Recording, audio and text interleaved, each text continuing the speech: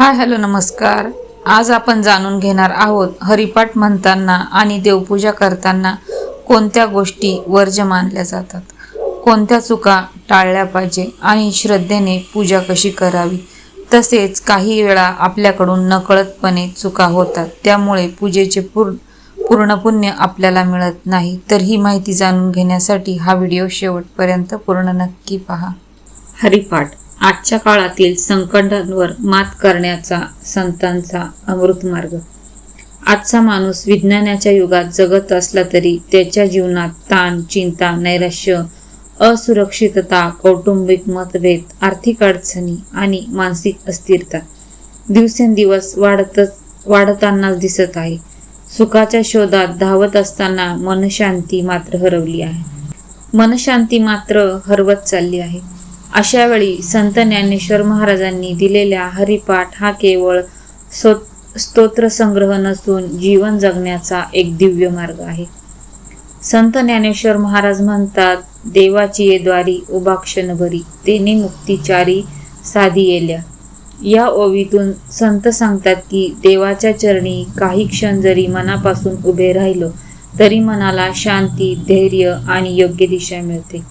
आज आपण mobile, social media आणि कामामध्ये इतके गुंतून आहोत की स्वतःसाठी आणि देवासाठी वेळच उरत नाही. दिवसातील काही मिनिटे हरिपाठाला दिल्यास मनातील अस्वस्थता कमी होऊ लागते. तसेच संत पुढे म्हणतात, भावे विन भक्ती, भक्ती विन मुक्ती. फक्त ओठांनी नाम घेतल्याने उपयोग होत नाही. भक्तीत प्रेम, श्रद्धा आणि समर्पण असेल तरच त्या नामाचा अनुभव येतो. हरिपाठातील प्रत्येक शब्द मनाला सात्विक बनवतो. हरिपाठातील सर्वात प्रसिद्ध ओवी ती सगळ्यांनाच माहिती आहे. हरिमुखे मना, पुण्याची गणना कोण करी. ही ओवी आपल्याला सतत हरिनाम स्मरण करण्याची प्रेरणा देते. जेव्हा मनात चिंता, भीती, नैराश्य किंवा राग निर्माण होतो तेव्हा हरिनामाचे स्मरण मनाला स्थिर करते. नामस्मरणामुळे मन सकारात्मकतेकडे होते आणि संकटांना सामोरे जाण्याची शक्ती वाढते. आज अनेक घरांमध्ये संवाद कमी झाला आहे, प्रेम कमी झाले आहे आणि तणाव वाढला आहे. अशा वेळी संपूर्ण कुटुंबाने दररोज एकत्र बसून हरिपाठाचे वाचन किंवा श्रवण केले तर घरात सात्विक वातावरण निर्माण होते. मुलांमध्ये संस्कार वाढतात आणि घरात आनंद, समाधान व एकोपा निर्माण होतो. हरिपाठाचे लाभ सांगायचे झाले तर मन शांती आणि प्रसन्न राहते. ताण, चिंता आणि भीती कमी होण्यास मदत होते. सकारात्मक विचार आणि आत्मविश्वास वाढतो. घरात सात्विक वातावरण निर्माण होते. श्रद्धा, संयम आणि भक्ती दृढ होते. संकटांचा सामना करण्याची मानसिक शक्ती प्राप्त होते. संतांनी कलियुगासाठी सर्वात सोपा उपाय सांगितला आहे. हरिनाम ना मोठे यज्ञ ना मोठा खर्च.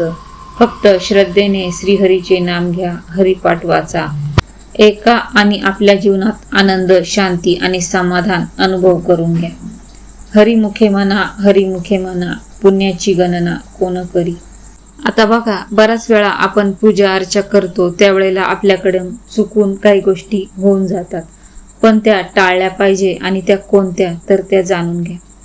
गणपतीला तुळस वाहू नये, देवीला दुर्वा वाहू नये, शिवलिंगावर केतकीचे फूल वाहू नये, विष्णूंना अक्षदा वाहू नयेत, पूजाघरात 2 सारखे शंख ठेवू नयेत, मंदिरात 3 गणपतीच्या मूर्ती ठेवू नये.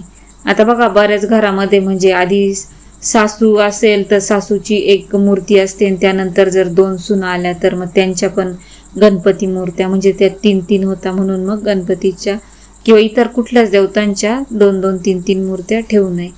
तसेच तुळशीचे पान चावून खाऊ नये, दारात चप्पल बूट उलटे ठेवू नयेत, दर्शन करून परत येताना घंटा वाजवू नये, एका हाताने आरती घेऊ नये, ब्राह्मणाला आसनाशिवाय बसवू नये, स्त्रियांनी दंडवत प्रणाम वर्ज्य आहे, दक्षिणेशिवाय ज्योतिषाला प्रश्न विचारू नये, घरात पूजेसाठी अंगठ्यापेक्षा मोठे शिवलिंग ठेवू नये, तुळशीच्या झाडावर कुठेही शिवलिंग असू नये, गर्भवती महिलेने शिवलिंगाला स्पर्श करू नये, स्त्रियांनी मंदिरात नारळ फोडू नये, रजस्वाला स्त्रीला रजस्वाला स्त्रीचा मंदिरात प्रवेश वर्ज्य आहे. कुटुंबात सुतक असल्यास पूजेच्या मूर्तीला स्पर्श करू नये. शंकराची पूर्ण प्रदक्षिणा घालत नाहीत. शिवलिंगावरून वाहणारे पाणी ओलांडू नये. एका हाताने नमस्कार करू नये. दुसऱ्याच्या दिव्याने आपला दिवा पेटवू नये. चरणामृत घेताना उजव्या हाताखाली रुमाल धरावा, जेणेकरून एकही थेंब खाली पडणार नाही. चरणामृत पिऊन हात डोक्यावर किंवा शेंडीला पुसू नये, तर डोळ्यांना लावावेत. शेंडीवर गायत्रीचा निवास असतो, तिला अपवित्र करू नये. देवांना लोबान किंवा लोबानाची उदबत्ती लावू नये. स्त्रियांनी हनुमान व शनिदेवांना स्पर्श करू नये. कुमारिकांकडून पाया पडून घेणे पाप आहे. मंदिर परिसरात स्वच्छता राखण्यास मदत करा. मंदिरात गर्दी असल्यास रांगेत भगवंताचे नामस्मरण करत राहा आणि क्रमानेच पुढे जा. मद्यपी व्यक्तीने भैरवाव्यतिरिक्त इतर मंदिरात प्रवेश करू नये.